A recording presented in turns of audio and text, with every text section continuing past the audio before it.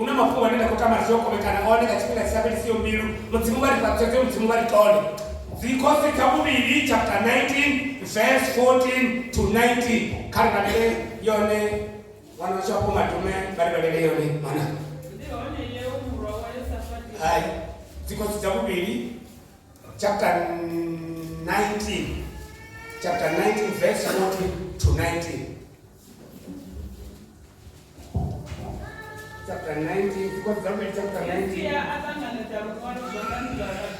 yes yeah amogona ayandumya Yehova alubetulula kanda Yehova yisiya amololola Yehova ali Yehova mtumu wa Israeli iwe unewazura abakerubi iwe mtumu kuma uwote wa mikuso yote ya shamba ndiwe wasikaliza nalifasi Yehova tendele yao upe Rabelisa ubone ifashina cyane yeribera aba akizisa kumona usema kutumwachira Yehova yes ajibi maosi asuri akorozwa zichakana mashambo azo mizimu yazo oyikuza mulironi ngauri yoba imizingi ngauri yoba yoitonga zondazo bantu yes kana ntombo yochinyana mazvenezo zvino Yehova mzimu washurira mulero soyetera shambo izivedzori muzimu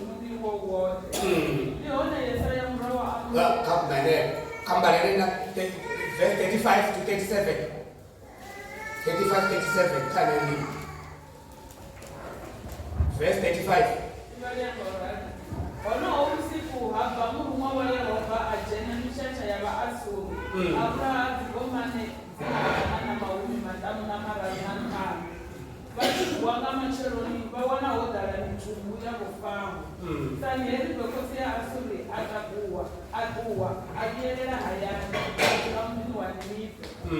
Nimwetuba achikorelela dunia nisiroko mutimu wa babawe atizameneke na saretere pamungulanga fumo wane bashabira kala araraji murawawe asara adoni abakosi mzoni hawe kala dirudisha ya kwambia mzima futungwana mzimu kaba dipatushezi muketwa ndibona Yehova cyangwa tubangana kondara muzimu washo muzimu arere hone Yehova ndiko barumba machero ndabona musiri pangati pako chabo muzimu wanga arorabera na kuko labo la mana ndine ndabana mchiro roba chiro kurana kabari tuse muzimu wanga bambena mbelu zacho bari sumedina na muzimu wanga arorabera tikadu uri Yesu Kristo ngadibo la maduba muzimu wanga musika chimuya babone na mzuri zinanila mana Kristo ndiko barumba ndiko bakonda chiro kurana bone ba yapumezema muzimu na ona roba bona kaji roba na mishumo ya muzimu moya yasho bari tena muzimu wanga tamuti ya mwisa roba chiro na kama charo ngamba musi mutinda woke bana boy mana hapa pandasho bana muzimu wanga bafarsa Mungu ninataka chitenda hauri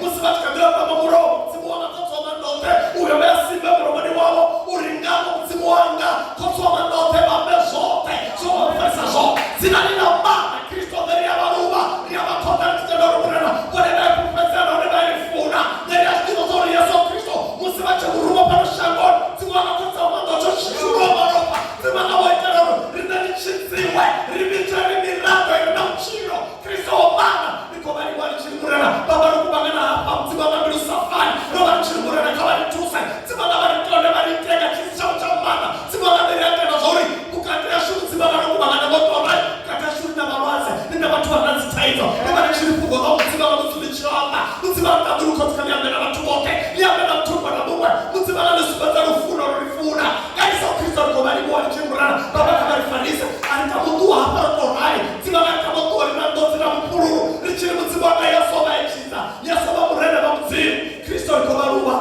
zinani la manda la morana sho Kristo wa Nazareth ni abali wa Yesu Kristo amen ri kwani wa mzimu musiku wenilo ndiwanga ngatape apanga hali machirone kwa na musimu hapo waendo abela pasi atoni hapa mazuri mzimu mfatabelo zashi mzimu mfatabelo zashi ndi makubwa ne ndo ndichukua bala ndafachi kwa manga kwa dunia anga ndafachi kwa mamwe ni wanga ndi makubwa ne kwa manga ngapa satani kama sori mzimu bafata bele zashi haya ni mafungo anena kwamba ngamsanda kwamba ngakosi istia hoyi kosena na kwamba ngaina shatani tona na musi hapa enda frahone ni kwamba ngakosi mchancha inenge mwingi na arda sikatu amba sabi hoyi mtanga baba tikotuma mtanga musa muri ndo ndiko bana hapa nda wana sori ngatinga chiko chia bosi yawe kakosi bo ahasi over 25 years obana moya maomba bilina moya mitano musachi tena boss ifuna msema nisipete zori oyu mtanga musachi ko tena boss ni na 25 years apeta abusa ndobala hapana wana obusa ni mwa ya maomba mabili na mitano na 29 years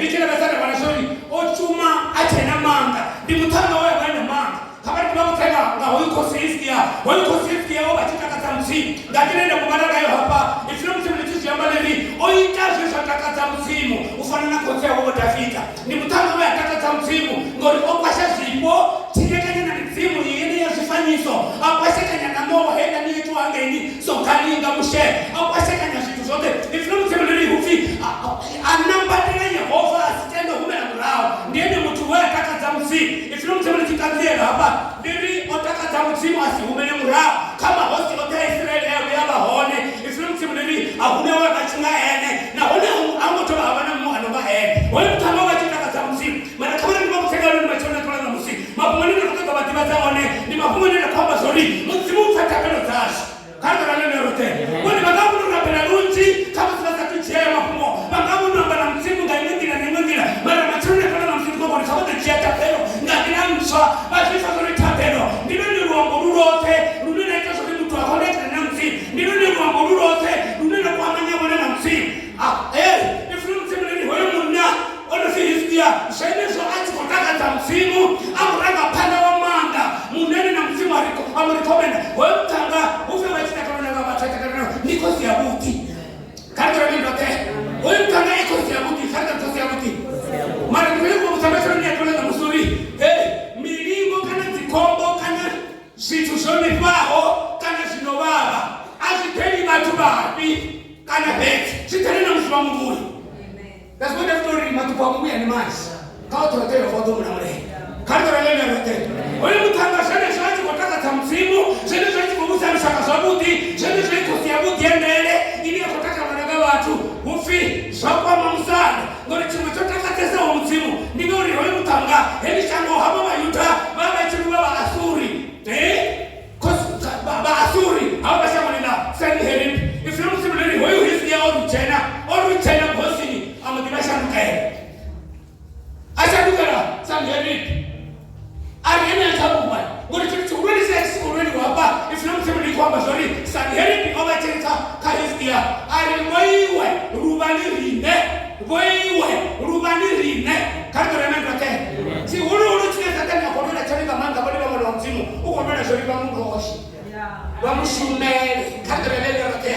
Wewe muna hisia amba na matubawe hisia mbona Mungu kupenda msimu arinime aringaroshima azuri and aringato miraba mapasi ya kosi sanheripi rimeri na msimu achirao rimeri na msimu anato rina mulera na wali na umbia azuri ya ngata rimeri toikunda ngoli rina msimu wa manga rina msimu wa nyakona rina msimu wa sakale rina chiti rina msimu kama jeba pungwa baka kako ziske kaka remember there when we msimu na rabi na eni ni msimu wa sakale rina chiti ni msimu ane hapana rina chitu ni msimu ane kwa zote hapana rina chiti situ zote sina zaka ndio dola isemo situ zote sina zaka kana sitonya kwa baba kana sina kwa sisemo betu kana sina kwa ndio sina pasi ya nje hapo amen yari nisongo wakati baba hawa bana baba rumiwa ifuna msimu niko sube to bana baba rumiwa na bani baba mihaka oisa ni helping oruma bana baba mihaka kubwe yenda hele bana pe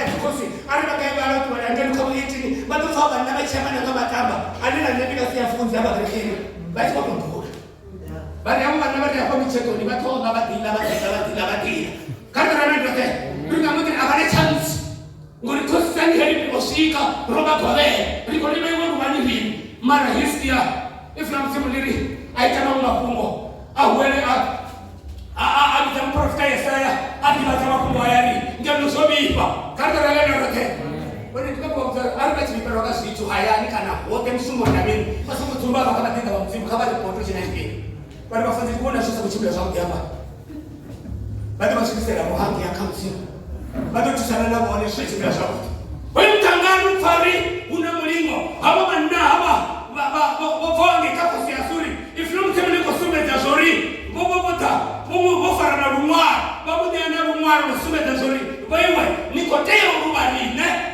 rubarine ufe una rumwara sani he oyu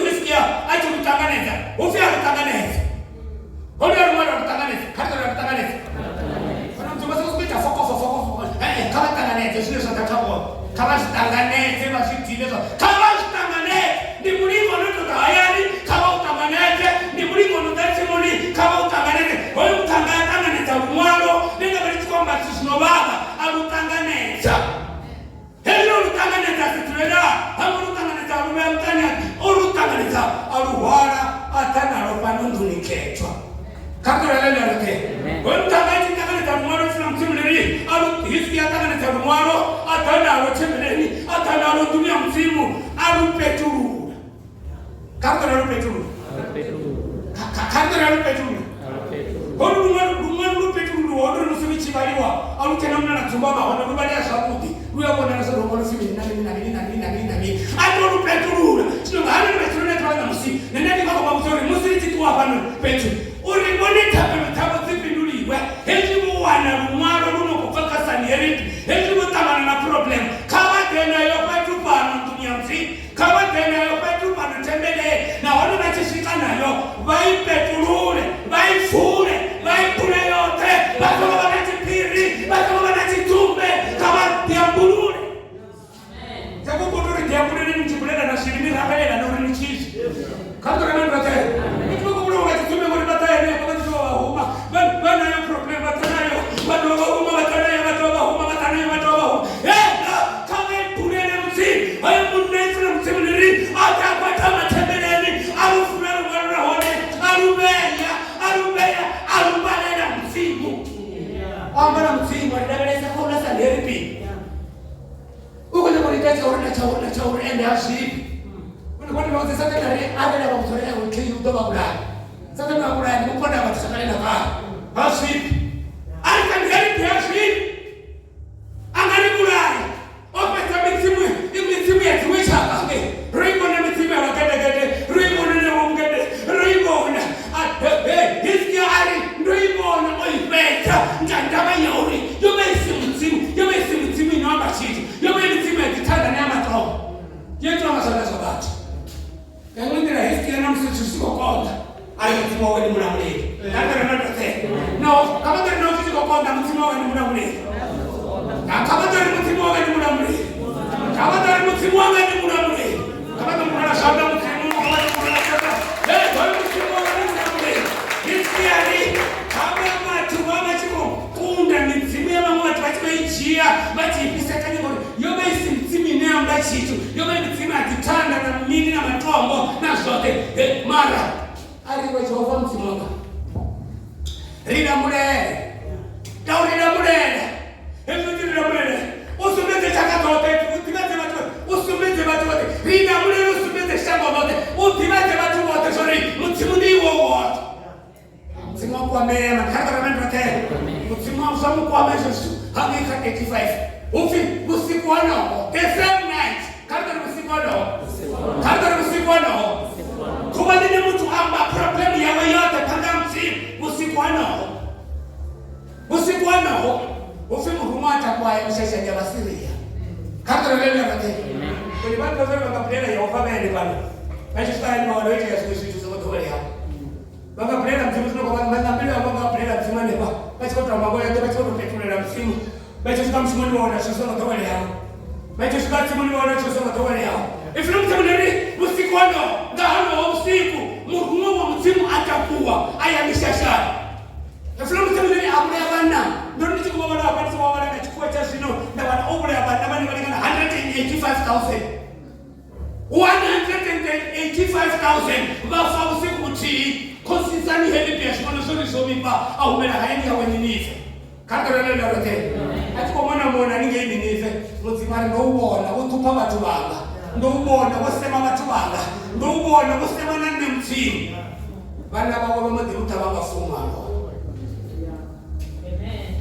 bana baba madimuta baba muburenga fuma alo mumo wabo mwana ajena bosinga wasichana kadifuje kanora wala rote wani nene ndiko mutabati mas macharo dia kula na musuli hoyo mtimana na koraba na ene ndi mtimana ya pindu na tabelo zashu hoyo mtimana na koraba na ene ndi mtimana ya pindu na tabelo zashu andika Petro ya Toma chapter 3 verse 12 ili murena mato murena akabukao ndebitawe uisaka sinema humbe mato murena akabukao heshima ni moruka basi na vita tandiko heshima ni moruka muyeni wa hotamba heshima ni moruka memo na msimu mato murena akabo kama tele mato murena kanne mato murena kanne ifilo mtemuri ngauri mato murena akabukao ndebitawe uisaka sinema humbe wone chipatuo chamuzi mzimu chikabele saba itasinyana. Hallelujah, my God. Hivi kumendikuza ndiko mzee kibuni kama tonanga chime kama tonanga kachakara kama tonanga chime kutoka mzima chime tena show kama nani kama tonanga yote wewe kama leo ndi Petro ya choma 1 Peter chapter 3 verse 12 sasa kama mzee kutoroka chusimu kwa hiyo hizi hadi matamzimu alina mure baba kama nina mure ulikosi kani heri hashimi angari murai ulikosi kani heri hashimi angari tasomo tao kama nina mure dori bati bonanze kacha zori ngone wa mzimu ndipo ni mzimu wa moto. Petro ya Toma chapter 3 ambaye tells faith. Yes.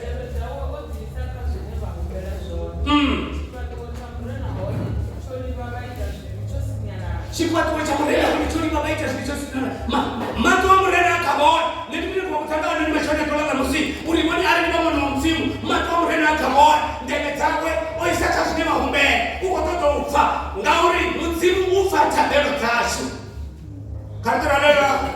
kataralea kwa hiyo kama ni kutangana ni mashone tola na musi hapa ni nini hode petu unemone mototeiwa hapa ni petu nione hebo ni batafaneliwa ngakula si madambiru abo ana ni bana tuzo no bana sambiru kama zikule petu kwa kireke kama siambebe tu pano tembele ari na tuzo kwa tembele zote kama baba kata mshumo baba kata mwana baba kata itamini baba kata marwa baba kata tamini baba kata dofuma baba kata tamini kama zikule petu pano ngori ni hono ni shambo kadra lele rote roto bechema honi kamsi kata bana mtu akisina bana kama sikulipa kata bana mtu bali kama sikulipa ana mama simu na msiri na muweki ana kama wana problem mutani vitu bofako na matunda ndo masachani wake ana kama wana problem mutani vitu wana baba profitani Peter's Bank ana kama wana problem vitu wana mwepe tune vitu wana sara wana simu watu watoka na sio kitu kama wana sababu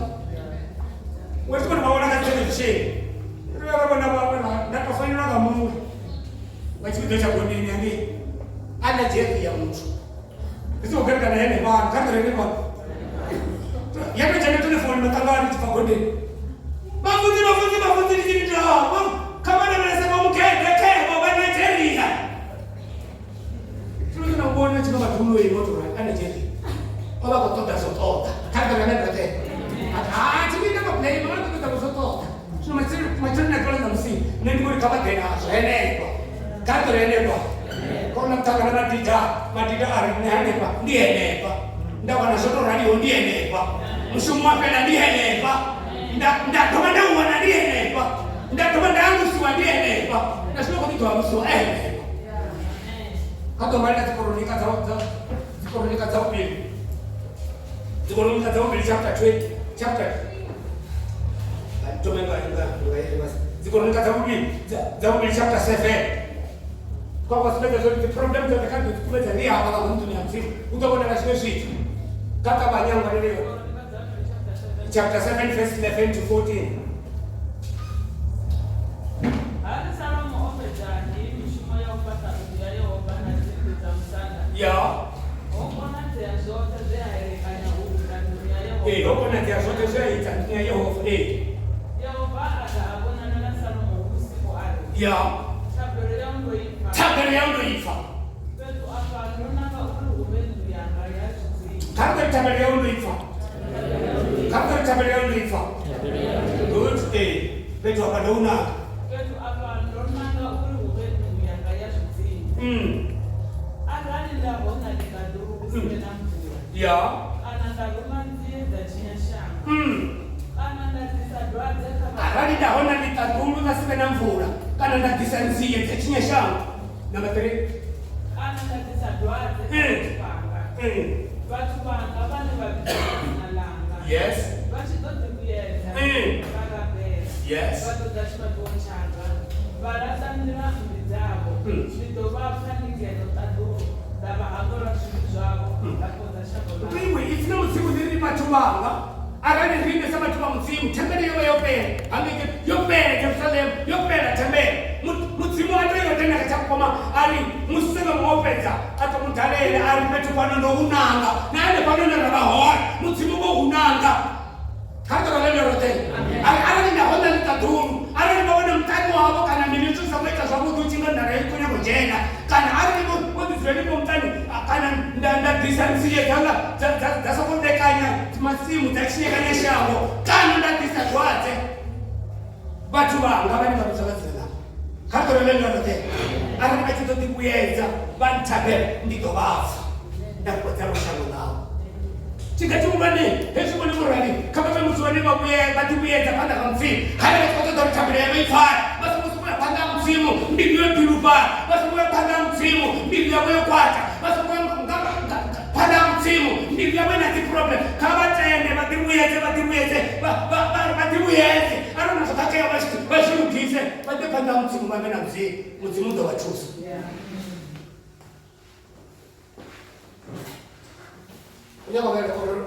Kolonika nepakamboneredza Kolonika dzauviri chapter 20 verse 1 to 4.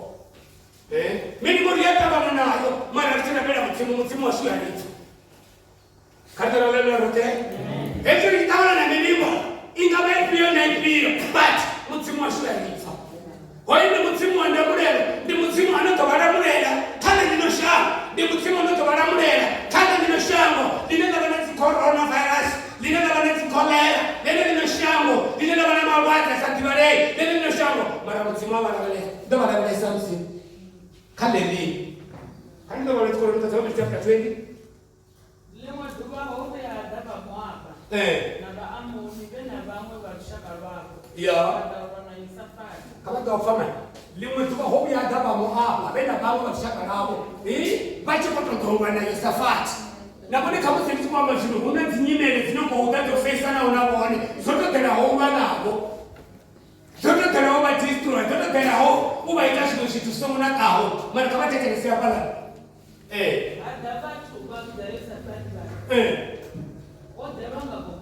hatodha vatu vakudza Yosafati vari musanda kodhera vangabokofuru livhaserengevajeni kalasiri vodherwa ngabhokofuru kavadzavana mutarasina vari vodherwa ngabhokofuru arivakavoni vakatokudziva kamachero ningasikisi asivoni voranganiwa ngawane uprokuva vafa vachitandari vazozvirenge vachikuva muzvara wavo kono mari yavo nange izitani kunarisa kuti katoralelerote mana kavadzazvori Yosafati ita mini wodherwa ngabhokofuru karifu livhaseyendi yes Yosafati achinuwa alilala atodza Yehova mapungokea vana hezvi areni kudhemanga kokofuru areni kudhemanga zvivifavo areni kudhemanga chosomutudzano zvavudi kavatodhe chikwatiko chamudzimu katorelelerote asina ndava zvonimudataito imongatiraipiyo asina ndava zvonoita zvitisa hani asina ndava zvonoita vamuvana kupiyo hezviyota vaigona vedzivone kavatodhe chikwatiko chamudzimu Sumeshava, fear not. Kasama yokwenda wasomesha. Boyo sokati funa mtumu wanta kaza ufia chenuo. Marisha chenuo. Hamusha. Eza chenuo. Atoka chipato cha mzimu. Kapata atoka chipato cha mzimu. Wada wanomta kuzina wanu marchapto chipato cha mzimu. Wada atoka chipato cha mzimu kama teka msara wako polisa. Kawate kama malume wani sore. Kawate. Wani chipato cha mzimu. Ya, kato mfanta wako. Awelela kandotenga Yuda rikaunditsimiwe. Yes. Vachitama bokuvangana vachipakana Yuda. Vachitama bokuvangana vafatunga dzote dzaka Yuda. Wewe ari nafa vatinda wa mzimu vora vasamtinda mzimu futoba na vora vasamtinda mumakamu vafa ndoro ali samtinda mzimu. Vatu kavatenga tuva ngauri na honere ndero ditsima. Tani rite tapeo. Vatu kavara vachivachozo. Zvitu zvacho zvinoluka. Katorelelerote. Vone kavate asina ndava vabva matangari vabva chiviri kana vabva ruvimbi kana vabva makonde. Marari vovoti una tapero utizima bone kabate indapele ulishamasiruka kabate 1 to 4 kambalele futhi andobelele 1 to 4 yopela andobelele futhi ambalele 40 ambalele 14 to 17 good Ambo takuwa ya siele mura wa Sakaria mura wa Benani. Ndemusi bati bachiko rabe. Mura wa Matanya. Ndemusi bati wako rabe. Kaka ndemusi bati wako rabe. Musi hofa na problem yo rimo tangonga boko furu no kufaseria manganje. Watu bata bachipatuko zote. Watu rapera. Bachiko nyaka chipato cha mzimu. Ufi atakuwa mumtanga kwa yu. Asa ya siele. Yes. Mura wa Sakaria mura wa Benani. Mura wa Rosina benele sos. Yes. Good. Odelo ngamia wa Yehova. Yes. Yes.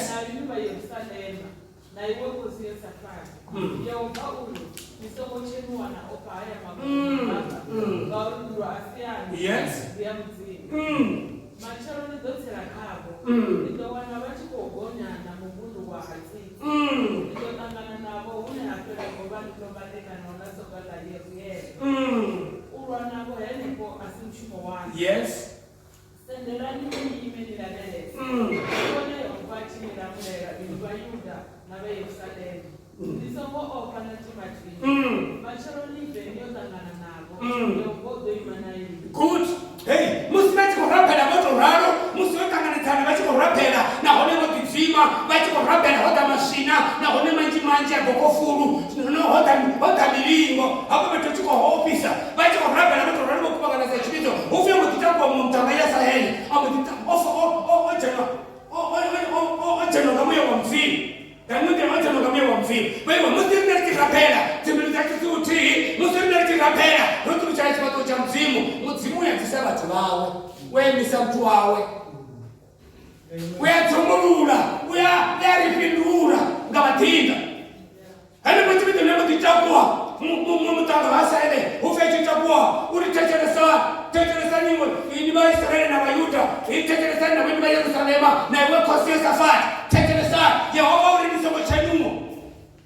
nisongo chanua na opaya magoko ngani mwasia kakura lelo rote Mtu aende bali makofesa na nayo asiawe. Mtu aende bali makofesa na nayo asiawe mtu ayo. Kakora lena rote. Uri nisongo pangori mtu asiawe hiyo. Machoro ni tota bana nao. Nito wana bachi koto gonya ngamundu hati. Mashina hapa asile nta. Kakora lena rote. Ana mamtibu ganunta mashina hapa asile. Nito takana nabo, etu takana nabo, ufini sokobya nabo, bewe nito sokotora beleza. Nabone Yehova chindira mure, bewe nito sokotora beleza. Ulwa nabo ene pasi mshumo wayiwa. Ulwa na Satani asimshumo wanga, uri ninarendo tsura, nichiko ndabano, asimshumo wanga, uri ninarendo tsura, dole kana mabone mutakazo chikopera, asimshumo wanga, uri ndifwe ngwanjinji zaundida, asimshumo wanga, uri ndibetile kana mapolisa, asimshumo wanga, uri ndibetile kama mtandani, utotaka asimshumo wanga. Amen. Ni mshumo wa Yehova, wote ni mshumo wa Yehova. Mungu brother, kama ni Mungu kama ni babu tebo kochi kama ni babu tebo me na mama rakabishole wote wana kamera nione na munna wabo wote matikiti checha uyenda munna wa mshumo chora chanepo hanipo sisi ameleta chora chanepo kama chora chanepo bwana mama chora kumanganje kwa kaka forofo kama sitilinde awanga tilinde ndiko tumachora chora ni atwala na musi utoto tabawe basi tanyana baba boy na Soto se tiene como un camarán, se tiene el foro, sobre cuando lo so. Soto se tiene el bar. Con foro, cuando me ha hecho para con timba, su para la chiquiti. No puedo más por tu. Soy yo solo para tu en el bar. Na chifanya chia kwa timu mtani kwa nga kope. Na mtu chifanya sorende alikuwa ni nyana lia kanishana nje kule ndia nje kai. Mara msiku nala na wa chia chiquiti. Kakora mende, usikulala na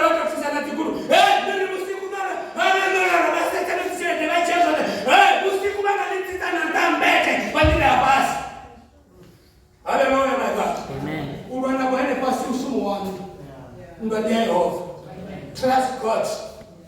Bone baba fanga sigisi kumanga sigisi. Ya 7 8 9 kufelela.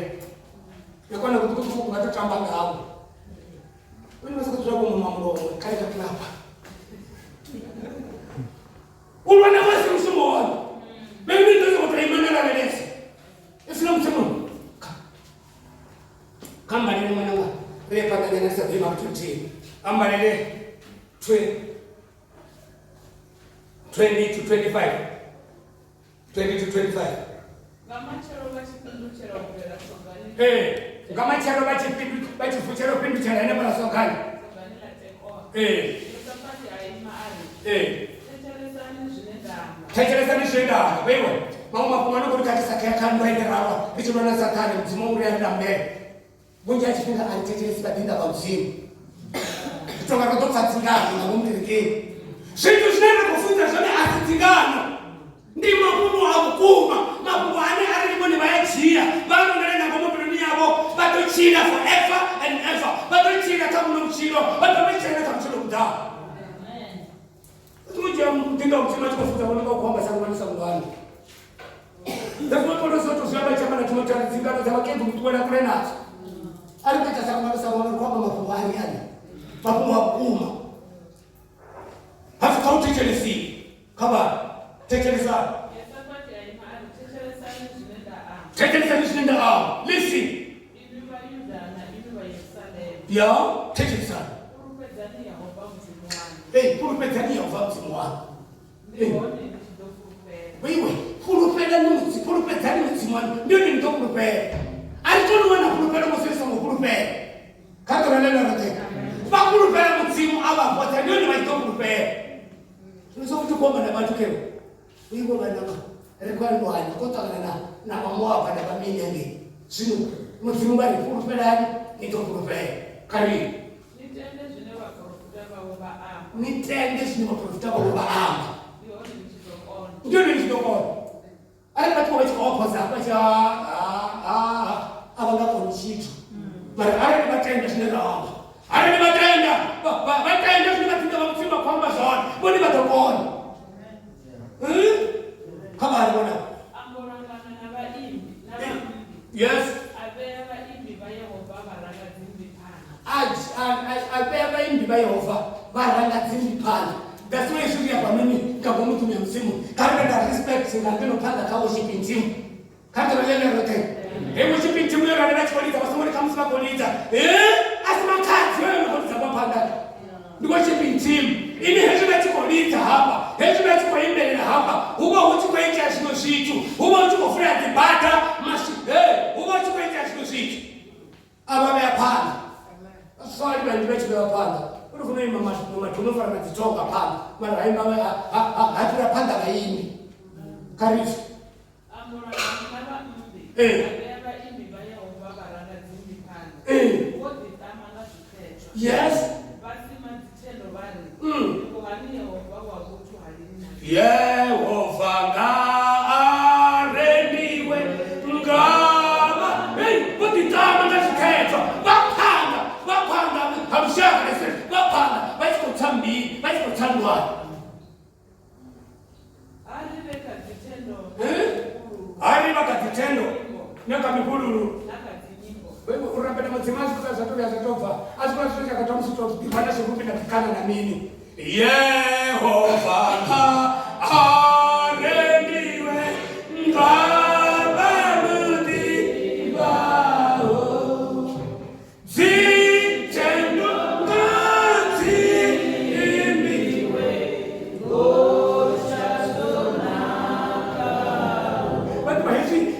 baimbi, haba baimbi, bati kwa mbelena, bati kwa honi angeni, bati kwa mbele. Hari wakati tena, hari bati kwa worshipa, bati kwa wahanike, kanisa zuru itemi. Alibeka zitendo naka mikulu. Yehova aba ono kusera ba amoni na ba moaba. Hallelujah. Nabe baba bachi badita baniza seiri masuna mama. Hebu ndio kwa imba hapa nini? Bati kama jeni. Hebu tuko worship wa msimu na moni kama jeni. Hebu tuko nuru wa msimu na moni kama jeni. Kama jeni. Kama kuenda yote. Hizi mpaka kitendo kama hizi zikoimba, zikoimba. Ngabarendwe, ngabare, ngabare. Hizi zikoimba basi kwa nini? Ifuna kutembelela Yehova, abona kufustera, abana batuma mashina. Yehova abona ufusela ndiye ufusela baba na babi na bone mamwe mashina hezi mune batiko wasipa shina na bone no basola nditabadiko mwa ngambamo twando hezi mune batiko basola mumwe mututo batiko tali wa buhanzi hezi mune batiko basola mumwe batiko pande na mushumo ufusela batoboli wa mamwe mashina.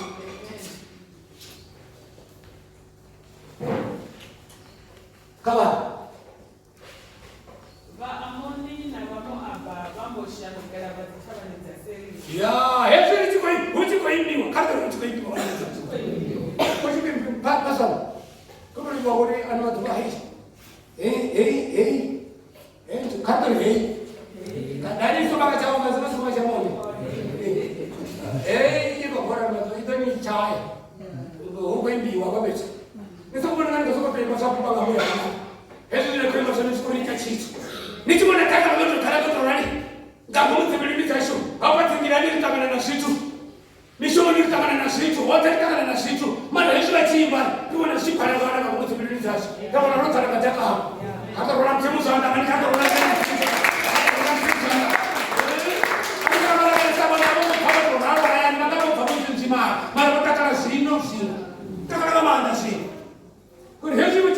Apa? Chana chichi, tulu kungulu na balo nenduluni, tulu fusera jaka lo kalo balo fusera. Kabale bona kabale. Ba amoni na baba bamboshya kugera batabaniza seri. Ila baba kula balozo. Alikono kopeza batabaniza seri. Bado baba romba chabo. Bapeza. Karta ni batuko kula ya. Karta ni batuko kula ya. Wewe hizo chuo chuo hapa ni batuko kula ya. Betul betul betul. Apa kufanya itu? Basuh kami dengan macam kufanya bagoni. Boleh cuma berspemsi. Betul betul cerita dengan kaca. Ada dua orang. Betul betul. Karena orang sih tidak dapat dikuru kalau tu sini. Kalau tu semua betul betul. Nah, basuh kami dengan boleh cuma berspemsi. Benar bawat. Kan tadi benar bawat. Cerita dengan kaca. Betul betul kaca. Ikat. Ali balidaba chishika kama mundu mune babona zero midabi. Bachiri babona ala makoko. Babona shangolo dala jindu. Usina nawe yakonyo. Aya makoko batu bapa. Eti baba yuta. Nguli baba chiko shamba bachiko na mtani wotala. Bachiko bana na matunda makulu. Bachiko bana na sisi na ofisa. Na wale bachiko bana imbine. Hai. Baba to hana kuluka ndio ndio bali jofori tena ni kao. Niso motimatima. Ofisa chishika mubunduni. Uneba kono hapa ngani. Aba hoi mama sina. Eti chiko shika mubunduni. Uneba kono habala. Beba bashi kuna ishamo. Eti shika petuno bonata. Eti ndo cha. Eti china belesa. Bachiri bana belesa na makoko. Bawana bachiko bana shituni. Kabe ndo futera. Ari bachishika. Ali balidaba chishika kama mundu mune babona zero midabi. Bachiri babona ala makoko. Bawana shangolo dala jindu. Bachiri babona ala makoko bawana shangolo dala jindu. Baba ni bachishika habe problemu ya mahone bawana ho ainiwa. Eti bachishika he problemu ya bao batasokuwa na sawa soluka. Kawa. Yosafati adana batu babo. Bakumba tundu ya banabogura wabo. Bakumba tundu ya banabogura. Kandari bakumba tundu ya banabogura wabo. Tana kelele bana tusashi banja wana. Wadona tikaji don tala katikoli tu shaba wala nini zote motala. Kando wasi pamzima wabe tuite shultu. Batu bachulu skoli so bachulu tu sabo. Utu watu bakumba tundu sabala bogura wabo. Utu bogura wana ndio tuwana plane. Dia dona mwana rotu wana mpima mzigo mwana rotu wana kujatisani. Ndio yanga iwe chipisa dibare. Nuni mwana mungu yanga yao. Kata mwana mungu yanga yao. Mapema chipia de wazo kutala. Hata na mendo te. Ufia yako tiwa yetu ndu. Ndio usakaone mafuna kade bana Bawona inji. bawona inji Uzikolomo. hmm Uzingubo. bananga wewe kade wasipa muzimu kade wasipa muzimu batu morenga wa mishumo ngakirati songo do bapanewe bana wasipa cheni mishumo na mishumo zo mimi ndio baba tunasa zizi Kawis bom cuma guna ko fulekan, nasa ko gotekanya. Masa lelo nasa ko na. No ko jena. Nyanya ko maforma ni gai, nyanya ko mini. Sasa sama so shuma, toto mo so fono hivi. Haleluya. Kado lelo rote. Kado fedo chumuzira. Yosafati ada na batukawo batundu yabala bobura wao. Bawona inji. Ura inji. Yes. Nice. Wonderful. I don't know what. That's what Come on. 3 days. Let's go. What? 2 days. We stand it. 3 days. Let's go. We stand it. I don't know much of you. Bwana, rufuma na bado homeliwa. Na sata, rufuma na bado. Kama washipe mzimu, kama kulupele mzimu, wakulupele. Zabo zitobuya. Unajua kubuya. Ora no tawamba kutukuba. Chiko na tuko kunataka kule kubuya mboga imwe China ni kisa swewe. Kama tuliheshi. Mtu tuliheshi. Ukimwona pa chese. Nene tuko kwa mtori wewe. Mtimu wafata bela tashi. Eso sote. Zeito matape. Yoba imwa kubane. Iso kwa fanirao. Yoba imwa kubane. Ili no yasafati asikotima tima. Yoba imwa kubane. Ili na yasafati no tonambia we. Obanga sikone. Mara mtimari Mungu asiana. Mungu ndianga na Yehova. Mtimu nalirapela. Sabana wa mtimu. Mtimu yafata bela ya tashi. Mtimu nalirapela. Mtimu yafata bela. That's why that's going on in Chile. And this is what you're already. Rinani wapi mutu. Aliopi na muhuruane. Aliopi na mini. Aliopi mutu. Mutu mtonipa. Fear not. Mandaka mzimu. Ndio mafungo yake kabisa Lema 62 verse 11 to 12. Afuna kulitila mzimu. Le ndalifa. Le ndakitoka ndalifa. Le mandaka mzimu. Na kutubuka ene. Ngarindiene nene mushumi maranga. Kamba lele mani. Kisa Lema 62. Amba lele tumaka 5. Kati tumaka 5. Tumeka 5 kwa kushika dengari. Ana nimotema mtu wako kipura. Ani hapa na mimi sasa kama mimi kana kama mimi. Mtu ni mtu ngachitikisio. Ana Muya wanga. Tafito. Muya wanga. Umura kanda msi. Cool down. Ndiche mukupera sifakae. Ndiye tabayanga. Na mchiti wanga. Oh my God. Atika timile. Mnacheka.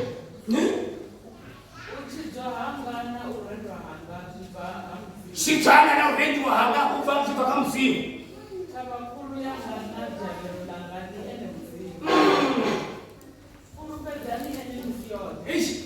I am a Purupetani and Missiot. Carter Purupetanian.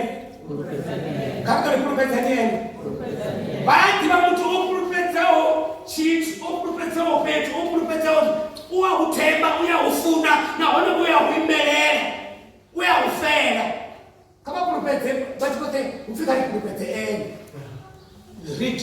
Purupetani and Missiot. Sebula nizimbilu tsanu phanda hawo kuri kamandira kufipulani zoke zvire dzimbilu nidzashi nichiko tsemulela ene mukudzeni zoke mudzimu ndi mushavelo hashi wani mashavelo gani mudzimu ndi mushavelo hashi vantu vanga chikuchisiwo nakuhulwane nokusokoyidza vatu vanga chitu chisiyo nakuhulwane nokusokoyidza onanulani kuti kwakame ndikutukutokokolwani ndingatame ndi mutu ndingachitu chisiyo kavata wakudza vanaivanalasa ndichi kavata ndi chitu chisiyo asina ndava nohula havo vana ndi chitu chisiyo nohula havo kavata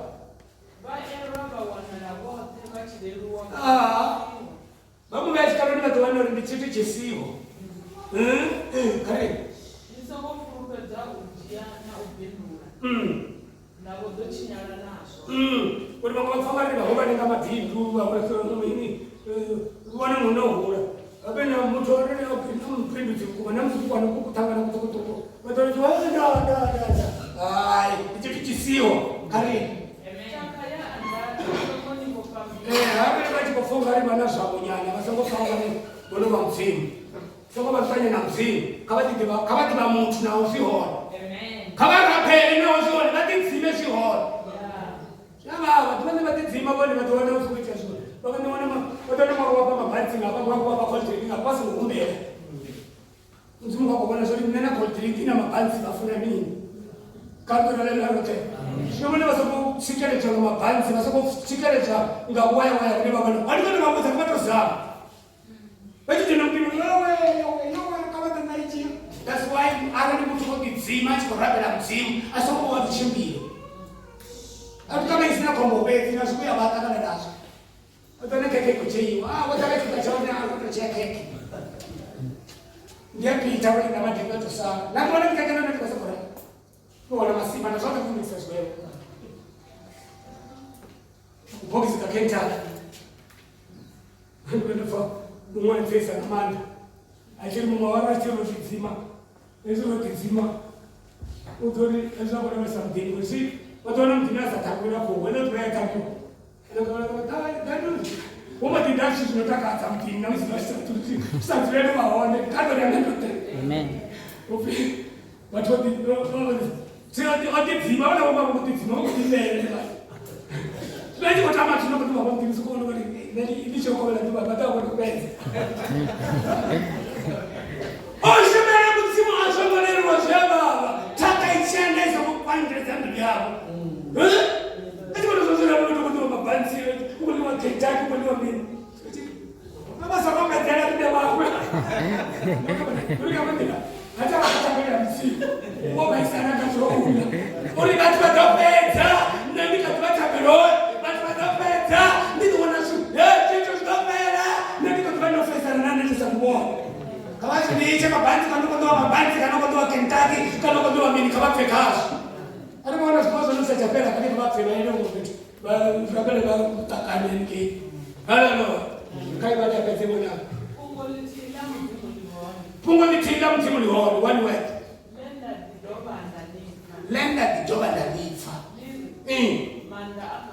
liri manda akamdzimu kaikari manda akamdzimu wewe kaikari manda akamdzimu wewe mutanga Davida wewe nikomba ri manda akamdzimu ndianona mutanga na Davida wewe musiyotorera vakomana vawe havengwani musichikuruona mumo nomverero nosigoliata musiyoyotorera ningendwani awana evetavana awana evituna nosigoliata lihona ninge nobva muna vachisema mbiya Israeli chiridisanere muna kuma atengenoriwe tuba nimwe na nimwe isina mudzimu liri ojema tuba afoti achigamba macheloni asema mbiya Israeli nega mudzimu wayo atama matekwana asema mbiya Israeli asemetanya vatu navo Saulo vachikomuopa isina mudzimu liri karushaka rotera Israeli hova usina munna anafanya kutapora afesani naye hova usina munna unamchiwa vachikomia ari ndingavenda sendera vachikutifovaramenesa elilitinanichitotonga lichitonga lichitolidiri visenere munna mkatenu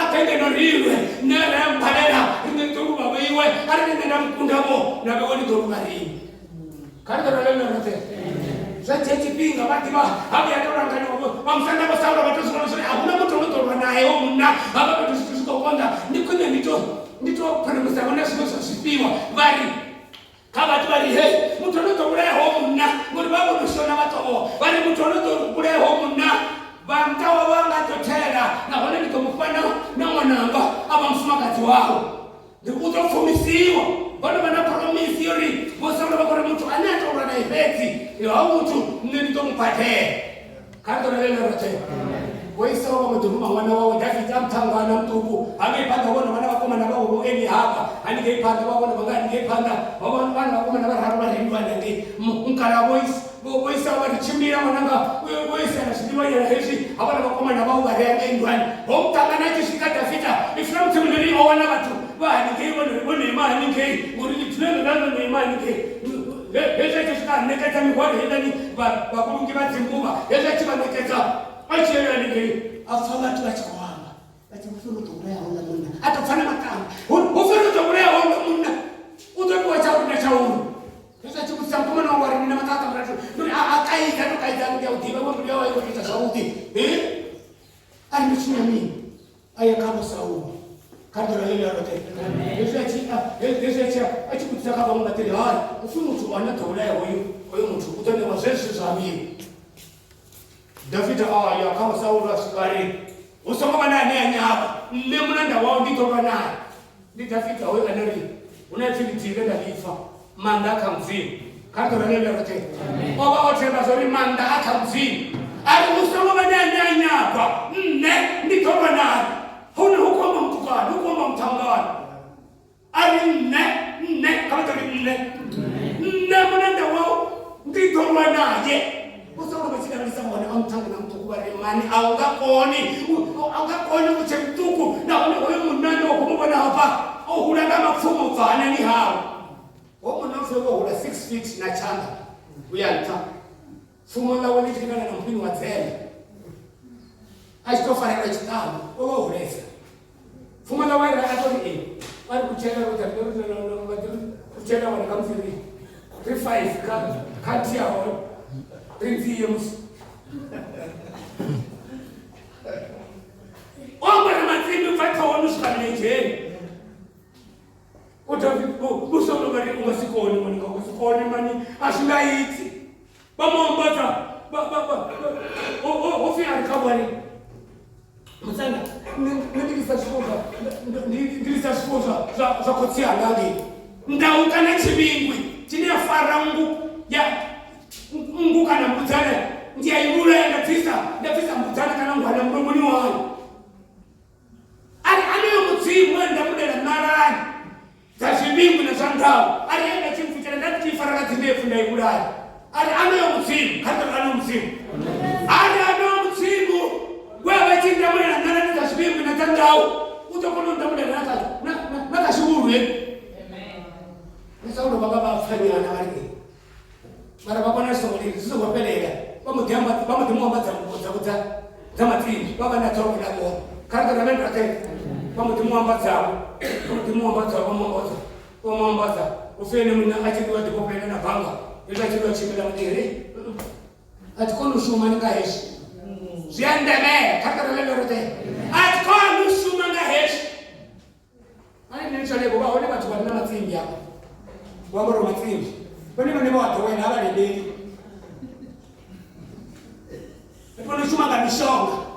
Sumanga stanga, sumanga bilinga na matanda na matongo na kami. Baho. Nani sanje wabo ni tafsiri shaba ndeme. Nani sumanda me, ndivura. Sedan unamwona doba tangwana tano. Doba tangwana tano. Hapa ngashana na nguye. Sasa na Filisto.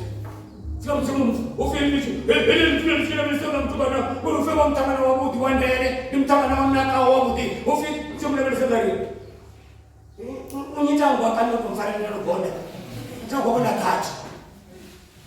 Doba tangwana tano. Mara panga nchi. Kata nalungu matongo mabili ndio wanchi. Amen. Ono Filistari. Ndio kula henda mayuda indaka na karamanga na sidoni sataka sitoila na David aliwadao ofara mafumo na kitao. Neni da zina ni Yehova wa mabutu wao msema. Amen. Kata nenda nje. Neni da zina ni Yehova wa mabutu wao msema. Boni kabaye, kanwa kabaye zina ni Yehova. Amen. Ali mkote zina ni Yehova. Ufira ndio achikotuguza batokola, utamana achikotuguza bato. Ali na mzinde ndio ulaya, ndio mayo ya ngonga manga na stoni zataka, ndio mshakala tuli kitu divasori. Mutimu, una mutimu ni ramanda wategeno na kona. Na wale mutimu na mneni kafumo. Alipoza kwa ati kwa kama kiche, ufika mbona kama kiche. Karbe kutoka kama kiche. Ufika mbona kama kiche na mufilista wala basi. Amen. Ndivyo David Abraham aso mufilista.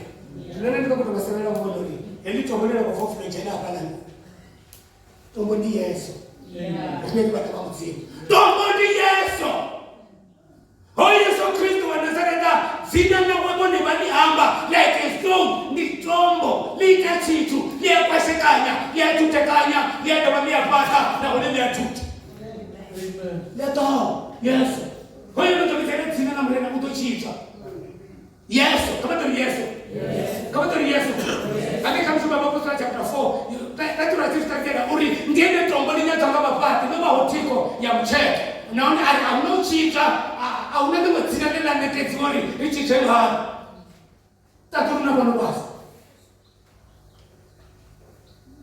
Yesu Kristo ni tombo ndilo kuleyo kulia elitsina Yesu Kristo nyembele tot ndio ramba ngalo ya mbanga ufima kona otasa tatu na bwana basi na renga aya bwacha bota because David was confessed by story unaona ungolithinda nelihona ungolithinda mzimu nelihona lena kidoba ndalifa la uri manda akamzini manda akamzini Petro naye wana musikachikutenda tembeleni bachibona mhole pali modzula ngakomutembeleni modzula ndati katembele achikuwa hezo achibarabelesa abonuga kamusika tomupa chitu hezo achibasenja Petro amunabelesa alisetari rabelesa ri hezo achibarabelesa ubulu kamusika totisa chimwe chitu Petro alimasatana msuku natina zina ni Yesu Kristo wa Nazareta tapo chimi ole kwenda mkitabu nitakuza na zote nikoza na simu zina nina connecta ni connecta zote nina kwa kwa mtangano ngano ni machulia tole na msu bone mzimu fuata bila zashi mzimu fuata bila zashi kama nimekuja mzana mafungu haya mishima baba kwa chapter tabanya ni tata tabanya mbele ni mishima kwa chapter 12 verse 5 to 12 kai tabanya Acts chapter 12 verse 1 to 12 mzimu fuata bila zashi mzimu fuata bila zashi ndabani ngalo kwa watu na musi wali kama taita imanji kama tatu siti kama sala wako sita wapuru wale kata pe zote sine bone basitama zote zine makotama sita msonyo kama timate mtimu ngatape Philippians chapter 4 verse 6 ili nisoma bila chichi zote zine nasitama tibadzani muzimuni ngatabelo nanga ulibo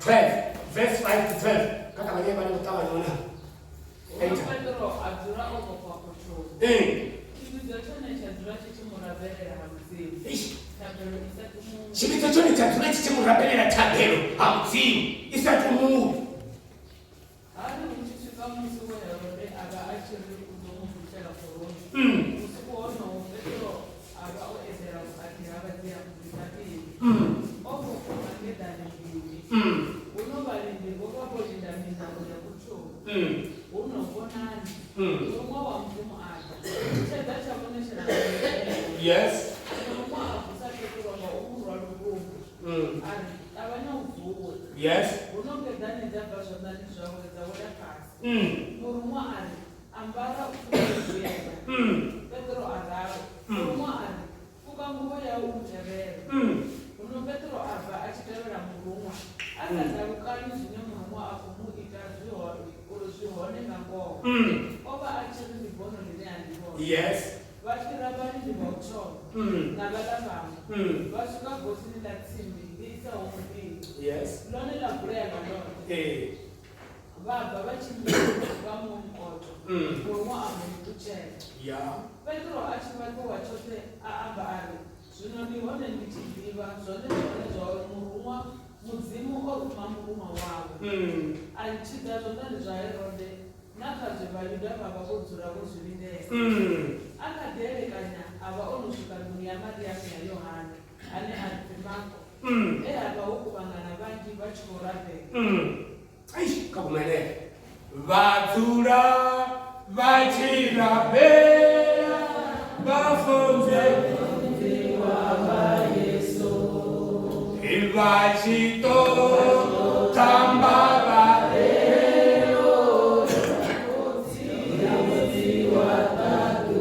hapa ni msimu wa msimu Petro offering ofariwa, ogopiwa, abatiwa aposa vumbi aposa kotoni yanga ngomu mara mafumanino kakama kachati besanga manda ndio rimusi ofariwa ojenisho na ngomu kotoni yanga ngomu na one hachi koliti ungabalinda mbiba n'abana ifuna mutimu lori chibizo chatulachi chimurambera amutimu chapelo isatumu chibizo chatulachi chimurambera chapelo ange mutimuni isatumu choneni kukozuri rinasnanda arani muwashu atikobaisa arani muwashu ai matata arani muwashu ritikomana zonu kakati arani muwashu ritikomana zonu otagana stama otagana zuneza baba kari dukutise umurambera chapelo amutimu na oni isatumu chibizo chamurambera achone kokiba zoni ofaranga nga Herode achone kokiba zoni ofaranga nga ndio kimso mufara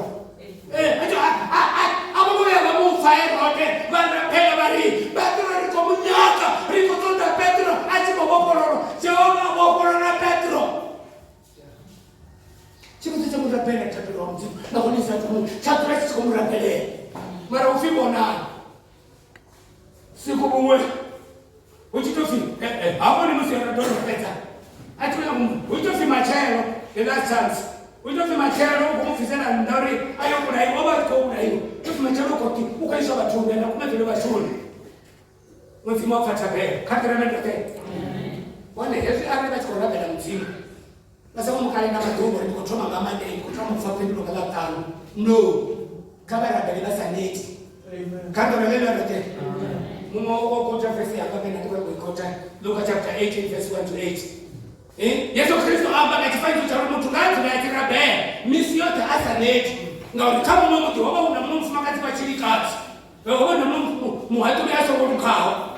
Wewe awasa wapi mzimu na watu hasa baloti. Mara filamu tena nasipeta kama ya no yo. Wewe unamnumfuma katika chirikati. Wewe matiki tunachini ndamule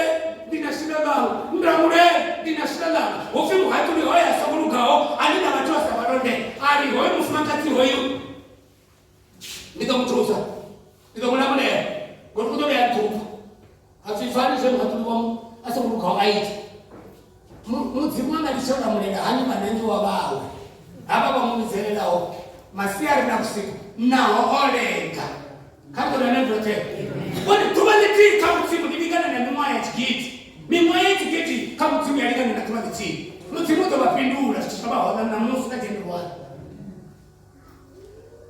chibidde kresi murabela sina ndaba zo obo pisa hani chamu rabela sina ndaba zo kumumulera bini chamu rabela chatenda zo Petro kutobuya utopfa kata usiku mtima rumela mrumo mwata omupapa atari Petro achifuwa fi ambaye Boma, abara chamu tutau tobuta mtale. Ufe Petro mtale. Bone, mtimundo bako bona ndio mtakifanga bako todora. Petro borumo bora kutoni na eni kitendo bako wana tobo wale ni sala sobara. Mara mtimu amufuata na tabela za bakete. Amufuata. Petro atubira mrumo. Ati mapira batsiambi boima bana. Koso kodalo rapira. Bapira bachoma bapira babiri bapira babona bava bachishika keteli yubani ndo felanda lone na frega dota fulekile masaba kata na ndote chapelo ya fule na mafoti ngayote flenga ote mafoti bava Yesu Petro achiva akona zikona zuri ya mtu zenda itwa sone ni sone kwani mtu yachimjanga mzimu afonga zaidi wasone asisone Etuka kwa mtaka samsasa Yung mga natin sa no fuck. Dahil sa sasun bibibi tadi min. Dahil sa sasun no fuck. Ako siya naman tunod siya ako kanil. Mara nung ko rin. Diba dito ko pala. So na di ko may sarang sorry ako pasi ang mga ako na sa kong just leman. Pero na fuck pito na di ko may sarang hono ko. So parang nga na sote. Sis na dapat sa lubang umatin. Now dahil sa sorry now I'm healing. Amen. Natapuan dari inga chituru ndiko fonga kama sasa zone ashokani matatu kanne ndiko tunana msachi kombona niko chimbiri kandira mendo te ndiko msachi kombona niko chimbira kama kana mrana msimu sana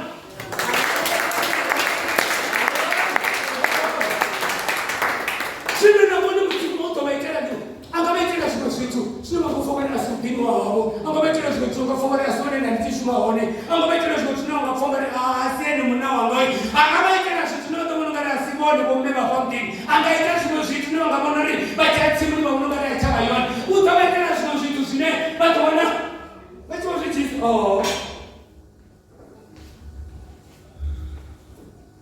aba boporo mfiki ngori baba chituka bachela pe kato na lenda rake bomu rapenda tabelesa tumu wa mfiki niko pesa kama fungu haya Samuel ya Choma chapter 1 verse 10 to 17 naona kama kwa tatu na sitini kama utaona pesa ni jechi bingaiki ndio fonda ndasa pesa mwa ashina yiti kaka banya habari Samuel ya Choma chapter 1 verse 10 to 17 hoyo mtumana na kumura bela kana hiyo hoyo hafika belo peti ya watu na mwana peti na hiyo piwa kwa ifa ana kutoka sisi uya baba hapo hana wa familia wewe ndio tumupana kwa shaka na mkoma na wao kana kambati na wao openi na kwa familia wewe ndio tumupana akotapanda hayo over alina wa mtungu Yehova wa mabutu Anani wana Samsona. Hata na wana Samsona. Oh my God. Ni kama ni mwana. Ni mwana wao. Wanyelelo wasenka. Nyamranda wao wakomana wa mtuka. Ishi. Ono ya ndo kumedra iwo Yehova. Akawa uchino hawo. Kaole we alingase jeruga ruari. Yes. Achita jachika okota Yehova. Aseta milomo yawe. Yeah. Yeah.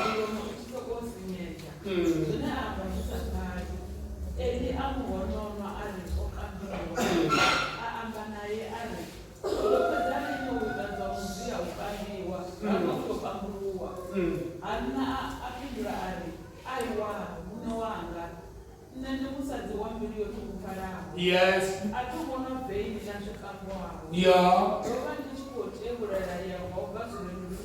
Ndoba ndiko tebula le Yehova zilibuluni ya usongoli nomsazi Mungu ndole ndichi anga unda kulelwa kama tsini ndolenga ndichi anga kwa problem yangewe kulwa eli apindura ali chimbira cha uhuru mbili yes simwa Israel udoni ya zwa Mungu yeah kama divana first things your princess watopera madupa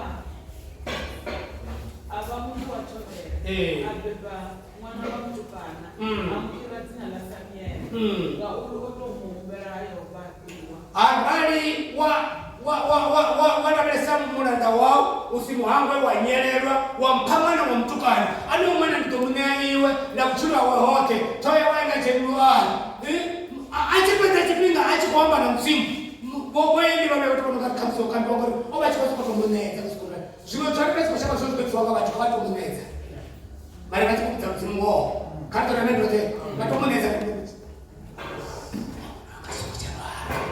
ukaita ana kama vile kachika nitiko muneza amepata mzimu ndito ma G-box uko sisa zote bohanna bachikoto muneza mara mzimu ashifeka tu bohanna bachikoto muneza sino mpito mzimu wayeni basishife bachikoto muneza bachiko bazuri hali kwamba mpamana mtukana alio ndendo nyaene utoba wao kusura wote toya wenga chenuare achikoto muneza batiwa nisina mzimu nili achiko kwa boyeni bali kutoka wali kwa kama ndabani tuko chebuchera magambilu wanga ndiko ndo mzimu kama tise zote zile miluni yabo bachikisera mzimu ndo mapindule boyeni bali shimira zo ngorura milu mzimu asire udoni yasho waumbe utatuka na matuwa ngomangana bohanna bawana bone bamtu atobela babeka mwana Samuel nanga musiba chena ndene nanga kubara baya kubara baya mzimu atipatse kanta bone nanga tres so etwa